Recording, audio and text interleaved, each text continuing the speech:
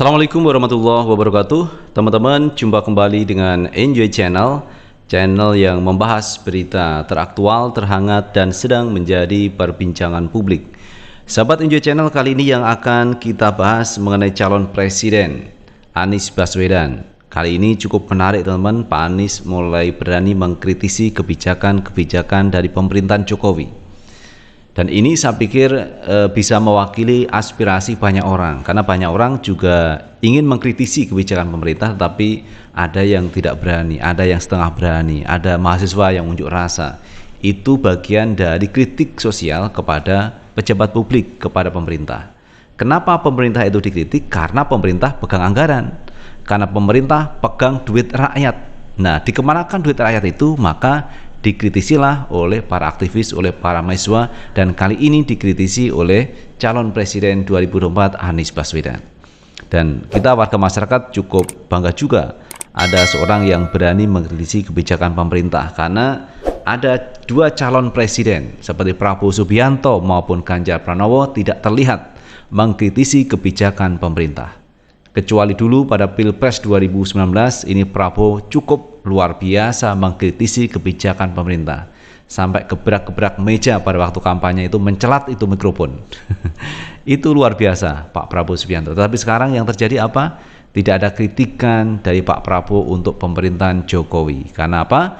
Pak Prabowo bagian dari pemerintah Jokowi. Juga Ganjar Pranowo tidak terlihat sama sekali mengkritisi kebijakan dari Pak Jokowi. Hanya Anies Baswedan yang berani mengkritisi kebijakan Jokowi. Nah, seperti teman, kita tonton coba satu video dari Pak Anies Baswedan ketika Pak Anies menyampaikan kritik sosialnya kepada pemerintah sekarang. Kita tonton video yang satu ini.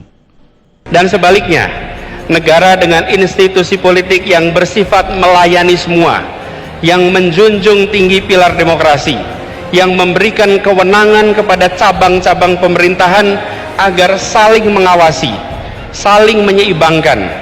Negara yang seperti ini akan kita saksikan tanpa konflik kepentingan. Misalnya, yang seperti ini tidak ada market player yang sekaligus regulator. Kalau pedagang, pedagang saja, jangan pedagang sekaligus pejabat, sekaligus pembuat aturan. Apalagi membuat aturan yang terkait perdagangan yang dibuatnya. Nah, itu sahabat Enjoy Channel, salah satu video Pak Anies mengkritisi kebijakan pemerintah, dan banyak pula teman ya video-video Pak Anies yang mengkritisi kebijakan pemerintahan Jokowi. Kali ini teman, ada berita juga mengenai Pak Anies Baswedan yang berani kritis kepada pemerintah sekarang. Kita ambil berita dari wartaekonomi.co.id.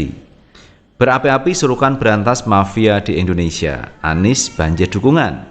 Capres lain ada yang berani kayak gini? Ini sebenarnya kritik yang luar biasa dari Pak Anies Baswedan. Oke, kita baca selanjutnya.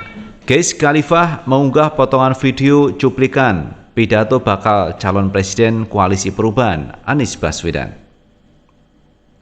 Video yang diunggah itu berisi pernyataan Anies mengenai pentingnya memberantas mafia kasus di Indonesia. Dalam keterangannya, Guys menulis usut mafia semuanya. Awalnya, Anies mengaku mendapat keluhan dari salah seorang warga yang meminta mafia di Indonesia diberantas. Lantas, mantan Gubernur DKI Jakarta itu pun menyetujuinya. Begitu banyak mafia yang hadir yang membuat kita memiliki ketidakpastian. Kenapa petani harus bersaing dengan pupuk? Karena apa? Karena aksesnya dikuasai oleh mafia pupuk, kata Anies dikutip pada Jumat 26 Mei 2023.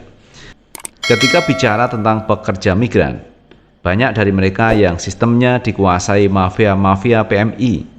Mereka berangkat kerja keras dan ujungnya pulang tidak bisa mendapatkan yang selayaknya. Sama, UKM juga begitu, lanjutnya. Mantan Mendikbud itu menegaskan bahwa ada banyak mafia di negeri tercinta kita ini. Bahkan ada mafia di balik kasus korupsi BTS Kominfo yang menyeret Menkominfo, sekaligus Sekjen Partai Nasdem Johnny G. Plate. Mafia-mafia itu berderet. Ada urusan mafia tanah, ada mafia parkir, ada mafia kesehatan, mafia perumahan, mafia pemilu, mafia bansos, bahkan mafia proyek pemerintah. Ya, termasuk mafia BTS itu terangnya. Karena itu seluruh mafia ini harus kita bereskan. Republik ini tidak akan bisa maju bila kita membiarkan mafia-mafia itu merajalela di negeri kita ini, ajak Anies Baswedan. Pidato berapi-api Anies tersebut ternyata mendapat dukungan dari warganet. Andi Ruby menulis, capres lain ada yang berani nggak ngomong kayak gini? Nah itu sahabat Enjoy Channel terkait Pak Anies Baswedan. Ini sesuatu yang luar biasa teman, calon presiden yang berani. Artinya berani menghadapi tantangan, berani menghadapi penguasa, berani menghadapi mafia-mafia yang beredar di negeri ini. Itulah Anies Baswedan. Dan itu dibuktikan teman ketika Pak Anies kemarin menjadi gubernur DKI Jakarta yang dulu teman ya, dulu namanya pembangunan reklamasi itu luar biasa. Didukung oleh penguasa, didukung oleh orang kuat. Ternyata ketika Pak Anies Baswedan menjadi gubernur DKI Jakarta, di stop itu reklamasi yang melanggar aturan. Stop reklamasi. Ini kan sesuatu yang luar biasa dari Pak Anies Baswedan. Artinya apa? Ketika nanti Pak Anies menjadi Presiden Republik Indonesia, pasti itu mafia-mafia itu akan diberantas oleh Pak Anies Baswedan. Dan ini kita melihatnya dari Pak Anies. Ada background Pak Anies, ada rekam jejak Pak Anies ketika menjadi gubernur DKI Jakarta. Contoh lain misalkan, Kampung Akuarium yang waktu itu digusur oleh gubernur sebelumnya, itu Pak Anies mulai dibangunlah perumahan yang ada di sana. Rumah Kampung Akuarium, padahal itu digusur oleh kepala daerah yang sebelum Anies Baswedan. Ini kan sesuatu yang luar biasa. Jadi ada peran Pak Anies untuk membela warga masyarakat yang pada waktu itu Anies Baswedan menjadi gubernur DKI Jakarta. Nah sekarang ada tantangan tersendiri jika Pak Anies Baswedan menjadi Presiden Republik Indonesia, maka hal-hal yang tidak berpihak kepada rakyat tentu akan diubah Pak Anies Baswedan dengan berpihak kepada warga masyarakat Indonesia. Apalagi tagline yang sering disampaikan Pak Anies Baswedan adalah terkait keadilan sosial bagi seluruh rakyat Indonesia. Jadi adil itu untuk semua warga negara Indonesia.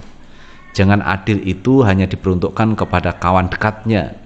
Jadi kalau ada kawan dekatnya ini terkena kasus hukum, maka tidak diproses. Kalau lawannya terkena kasus hukum diproses, ini kan sesuatu yang tidak adil.